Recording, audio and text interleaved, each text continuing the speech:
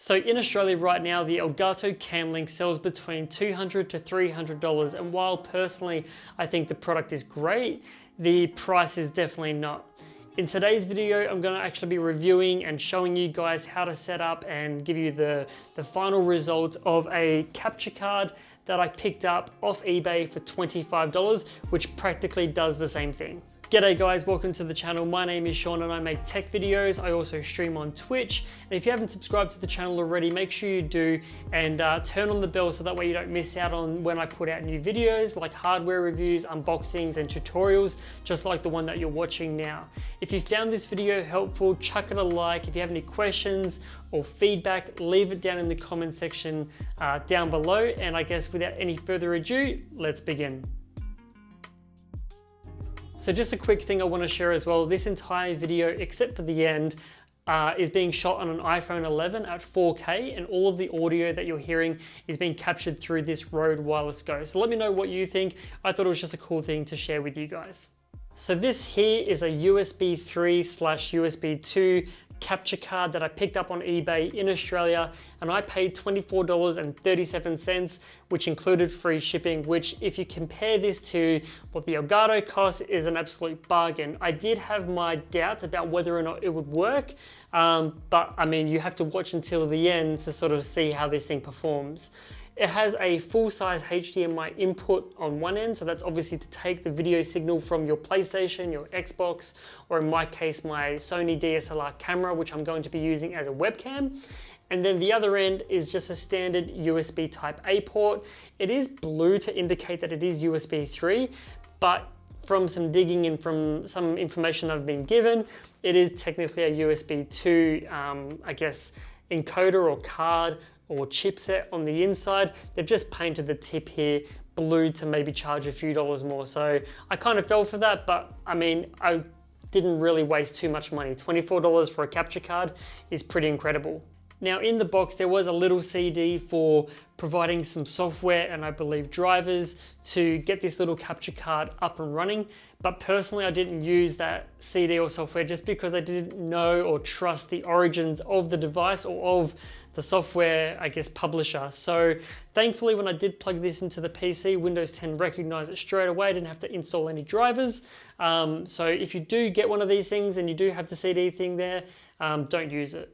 So as I kind of just mentioned, my objective for purchasing this capture card was so I could turn the Sony a7S II DSLR camera that we have to make all of our YouTube videos and that we travel with, and turn that into a webcam. So I didn't want to spend a lot of money on the Elgato version if I could get by with something cheaper and see how it performed, and then potentially I can upgrade from there. So some of the other accessories you may need to get your camera to run continuously without having to use a battery is something which I believe people call a dummy battery. This is a NP-FW50. I think that's the right thing, NP-FW50, yeah. So this is a dummy battery which basically goes into the camera as a replacement to the battery that is there. And then at the other end, it has a USB, I guess, cord. So you can plug that either into the back of your PC with a USB 3 port to provide your camera that power, or you can plug it into any power adapter that has a 5-volt, 2 amp or above rating. So you could use, for example, like an iPad charger, which is 12 watts, 2.1 amp, or you could use one from Belkin, which I've left a link to down below. So this is the dummy battery. And for example, this is an iPad charger. This will just go ahead and plug into like so, and then that will power your camera continuously without it turning off at all. And the other cable that you'll probably need to get if you are using a webcam is something like what I've got here. So this is a micro, let me put that down. This is a micro HDMI on one end and a full-size HDMI on the other. So the idea is here that you grab your HDMI and you go ahead and you plug that into your capture card, and then the micro HDMI side goes into the camera itself. So that takes your video signal from your camera, turns it into essentially a webcam that your computer can recognize and then use for live streaming to Twitch with Streamlabs OBS or OBS. So let me go ahead and actually show you step by step my process to get everything connected and working and the final result in OBS. So this is my streaming setup. As you can see, we've got the microphone, keyboard, mouse, headphones, my main monitor, my second monitor, my PC, my gimbal, which currently has the camera on it. Just for the demonstration and for the sake of this video, how you mount your camera is completely up to you. So there are 10 steps to, I guess, getting everything set up. So step 1 to this tutorial would be to get your camera in the position that you want it to be before you start going ahead and plugging in cables and routing things and doing all that kind of stuff. As once you've got the camera, I guess, in the position that you want, it's going to make your life a lot easier when it comes time to doing the cable management. So step 2 is to turn on your PC, boot it up and log into Windows, close down any programs that don't need to be open that are taking up resources, and just double check that you've got all of the latest Windows updates. So step 3 is grab your capture card, grab the USB and find a USB 3 port on the back of your computer. If you have one, the USB 3 ports are usually blue or light blue, and just go ahead and plug that in. Once you've plugged it in, you should see a little green light appear to tell you that the actual capture card is active and ready to go. Now step 4, if the camera is powered off, go ahead and turn off the camera, remove any SD cards that you might have on the inside, and actually eject, good catch, eject the battery as well, so that way you're ready to insert the dummy battery. So step 5 is grab your dummy battery, go ahead and insert this into the bottom of the camera. The cool thing about this Sony camera is that when you close the battery cover and lock it in, there is actually a little cutout here. So they've almost designed this camera with the intent of people running it on power continuously 24/7, which is actually pretty cool. So that's all locked away now. We don't have any risk of this ejecting and then the camera turning off. We're going to grab the USB end, and you can either plug it into the USB adapter that you bought, or in my situation, I'm actually going to go ahead and plug it into, I'll just move that over to the other side, plug this USB cable into the other USB 3 socket there. So we've got essentially the computer providing power to the camera and also providing the data connection to the camera. So it's a pretty tidy and compact little system. So step 6 is we're going to grab the small micro HDMI end of our micro HDMI to HDMI cable. We're going to find on the camera that little micro HDMI port, which is below the data connection. And we're going to go ahead and plug that in the right way. Make sure you do it properly. Don't push it in. If it doesn't feel like it's going in, you have real risk of damaging it, and it's going to be an expensive repair to fix it. So do it properly and take your time.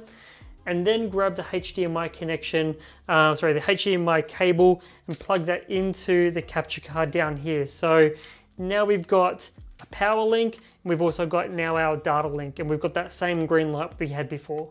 Now step 7 is to actually turn on the camera and go ahead and I guess specify your camera's operating mode. So for the sake of this video, we've got the camera already in video mode. We're gonna go ahead and press the menu button, go up to the menu here where we've got this little camera icon. And if we navigate to the I think it's the second menu, we've got the file format set to HD and the record setting. We want it to be smooth. We want the person who's watching the stream to watch everything as smooth as possible. So 50p, 50 megabits for my camera is great. If you want to drop it down to 25, you can definitely do that. But if your camera supports it, try using the 50p, 50 megabit setting. So now that the actual camera is on, we've got our video mode set. We're now ready to jump into OBS. All right, so what we're going to do now is step 8 and launch OBS. Once we've got OBS open, we're going to go ahead and click the plus button down on the bottom left under our sources window. When we click that, we're going to click video capture device, open up video capture device and actually press OK. And then from this list here, you'll have some drop downs on which device you want to use. For this video, we're using the USB video. That's what the capture card is known as. So we're going to click USB video. We're going to go ahead and there we go. We can see us on the screen, but there's a few other steps that we need to do, such as setting our resolution and FPS type. So lastly, step 10 in resolution FPS type is to actually click from default and then change it to custom. And then with the resolution part, I find that even though technically it does say it can do 1080p at 60 FPS, I did find that there was a bit of lag.